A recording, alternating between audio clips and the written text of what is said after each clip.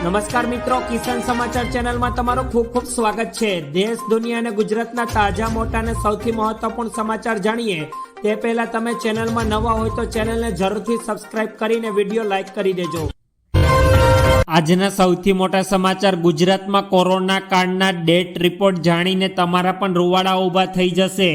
ગુજરાતમાં કોરોના કાળ વર્ષ 2021માં રેકોર્ડ બ્રેક 7,25,537 લોકોના મોત થયા હતા, જે અત્યાર સુધીમાં સૌથી વધુ છે।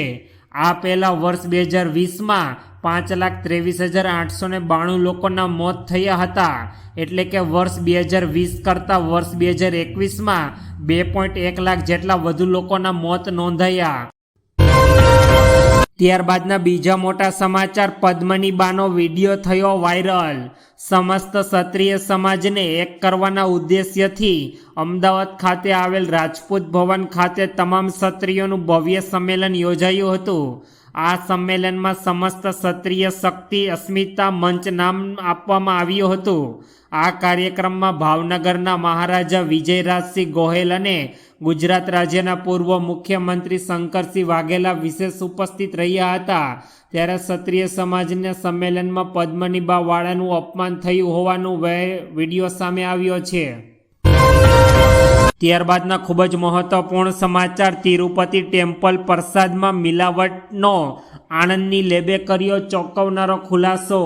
તિરુપતિ મંદિરમાં પ્રસાદમાં મિલાવટ મામલો સામે આવ્યો છે, જેમાં આણંદની લેબમાં લાડુના નમૂનાઓ ચેક થયા।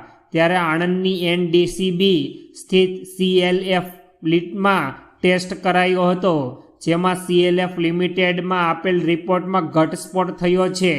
સેમ્પલના ટેસ્ટિંગમાં મિલાવટની વિગતો સામે આવી છે, જેમાં માછલીનું તેલ અને પશુની ચરબીનો ઉપયોગ થયો હોવાનું સામે આવ્યું છે। ત્યારબાદના ખૂબ જ ઉપયોગીપૂર્ણ સમાચાર। બનાસકાંઠામાં ડેન્ગ્યુએ લીધો ભરડો। ચોમાસાની સિઝન બાદ બનાસકાંઠામાં રોગચાળો વકર્યો। ડેન્ગ્યુના 20 કેસ નોંધાયા, જેમાં પાલનપુરમાં 10 જેટલા કેસ નોંધાયા છે। પાલનપુર વિસ્તારમાં રોગચાળાએ ભરડો લીધો છે।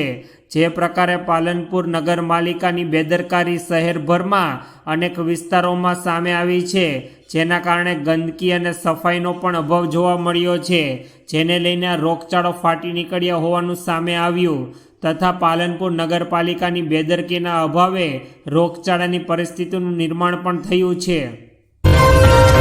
ત્યારબાદના ખૂબ જ અગત્યપૂર્ણ સમાચાર। ગાંધીનગરમાં જુનિયર સિનિયર ક્લાર્કના પરિણામનો વિવાદ। ઉમેદવારોને ન્યાય નહીં મળે તો આંદોલનની ચીમકી। પરીક્ષાના નોટિફિકેશન મુજબ કેટેગરી વાઇઝ 7 ગણા ઉમેદવારોને મુખ્ય પરીક્ષામાં બોલાવવાના જાહેર થયેલું પરિણામની જગ્યાએ 7 ગણા હોવાને કારણે ઉમેદવારોને અન્યાય થયો હોવાની રજૂઆત કરવામાં આવી છે તથા ઉમેદવારોની માંગણી છે કે GSP જે પ્રકારે પ્રિલિમિનરી એક્ઝામની પરીક્ષા આપી છે તે પ્રકારે અમને પણ તેમાં તેનો ભાગ આપવો જોઈએ। ત્યારબાદના ખૂબ જ અગત્યપૂર્ણ સમાચાર। બનાસકાંઠામાં પીવાના પાણી અને સિંચાઈના કામોના સમય મર્યાદામાં કરાશે પૂર્ણ। જળ સંપત્તિ અને પાણી પુરવઠા વિભાગના મંત્રી કુંવરજીભાઈ બાવળિયા આજે બનાસકાંઠા જિલ્લાના વિવિધ વિસ્તારોમાં ચાલતા પીવાના પાણી અને સિંચાઈ વિભાગના કામોનું નિરીક્ષણ કરીને અધિકારીઓને જરૂરી માર્ગદર્શન અને સૂચનાઓ આપી હતી। મંત્રી કુંવરજી બાવળિયાએ પાલનપુર તાલુકાના બાલારામ ખાતે બાલારામ ચેકડેમ, ડીસા તાલુકાના અખોલ ખાતે પાણી પુરવઠા વિભાગના હેડવર્ક અને કાંકરેજ તાલુકાના રાણકપુર ખાતે પાણી વિભાગના હેડવર્કની મુલાકાત લીધી હતી। ત્યારબાદના ખૂબ જ અગત્યપૂર્ણ સમાચાર। વટવાના અર્બન હેલ્થ સેન્ટરમાં ગંદકીના દ્રશ્યો। અમદાવાદનો વિકાસ રોકેટ ગતિએ વધી રહ્યો છે, પરંતુ આ સાથે જ અમુક વિસ્તારો અમદાવાદના એવા છે કે જ્યાં હજી પણ પાયાની સુવિધાઓ પહોંચી નથી। અમદાવાદનો વટવા વિસ્તાર એકમાત્ર એવો વિસ્તાર છે કે જ્યાં વિકાસ તો થયો છે, પણ તેની વાસ્તવિકતા કંઈક અલગ જ છે। આજે અમે તમને એવી વાત કરી રહ્યા છીએ કે અર્બન હેલ્થ સેન્ટર જ પોતે બીમાર પડી ગયું છે। અમદાવાદના વટવામાં આવેલ અર્બન સેન્ટરની બહાર ગંદકીના દ્રશ્યો સામે આવ્યા। ત્યારબાદના ખૂબ જ ઉપયોગીપૂર્ણ સમાચાર। અમદાવાદમાં ઓસ્ટ્રેલિયાના વિઝા લેવાની લાલચ ભારે પડી। અમદાવાદમાં ઓસ્ટ્રેલિયાના વિઝાના નામે ઠગાઈ કરવામાં આવી છે, જેમાં વર્ક પરમિટ વિઝાના નામે ₹48 લાખની ઠગાઈ કરાઈ. ફરિયાદી સહિત 3 લોકો પાસેથી ₹48 લાખ પડાવ્યા હતા. તેમાં આણંદના કેન્ડિક વિઝા કન્સલ્ટ સંચાલકો સામે ફરિયાદ કરાઈ છે. અમદાવાદના શૈલેષ પટેલની ફરિયાદ નોંધાવી. તેમાં કૃષ્ણલાલ પટેલ, પ્રિતેશ પટેલ સામે CID ક્રાઇમ બ્રાન્ચે ફરિયાદ નોંધી છે. ત્યારબાદના વધુ અગત્યપૂર્ણ સમાચાર. અંબાજી મંદિરમાં ભાદરવી પૂનમના મેળા બાદ પ્રસાલન વિધિનો થયો પ્રારંભ. બનાસકાંઠાના અંબાજી મંદિરમાં ભાદરવી પૂનમના મેળા બાદ પ્રસાલન વિધિનો પ્રારંભ થયો.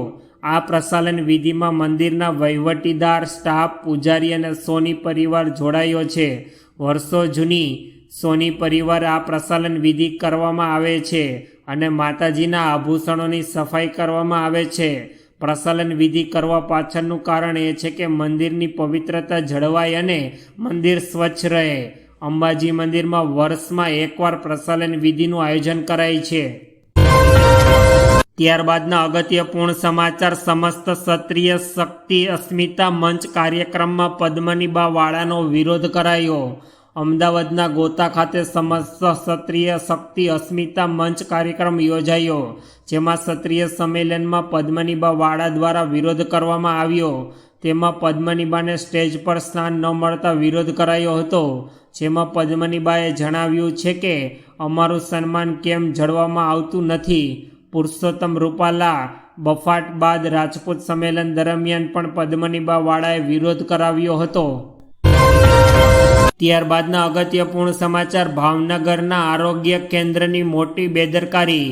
ભાવનગરમાં આરોગ્ય વિભાગની ગંભીર બેદરકારી સામે આવી, જેમાં ભાવનગરના વસ્ત્રેજમાં આરોગ્ય કેન્દ્રમાં 9 વર્ષની બાળકીને એક્સપાયરી તારીખની બોટલ ચડાવી દેવામાં આવી.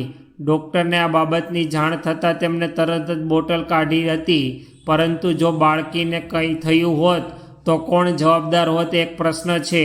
ગુજરાત સરકાર દ્વારા ગામડામાં આરોગ્ય કેન્દ્રમાં સરકારી ડૉક્ટર સારવાર કરતા હોય છે, જેમાં નર્સ DNSની એક્સપાયરી તારીખવાળી બોટલ ચડાવી હતી. ત્યારબાદના અગત્યપૂર્ણ સમાચાર. ગુજરાતમાં 25 અને 26 સપ્ટેમ્બરે યલો એલર્ટ સાથે ભારે વરસાદની આગાહી કરાઈ.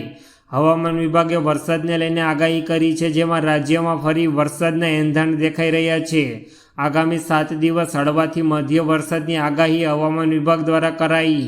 દક્ષિણ ગુજરાતમાં યલો એલર્ટ સાથે વરસાદની આગાહી કરવામાં આવી છે અને સાથે સાથે સમગ્ર ગુજરાતમાં 25 અને 26 સપ્ટેમ્બરે વરસાદની આગાહી જોવા મળી.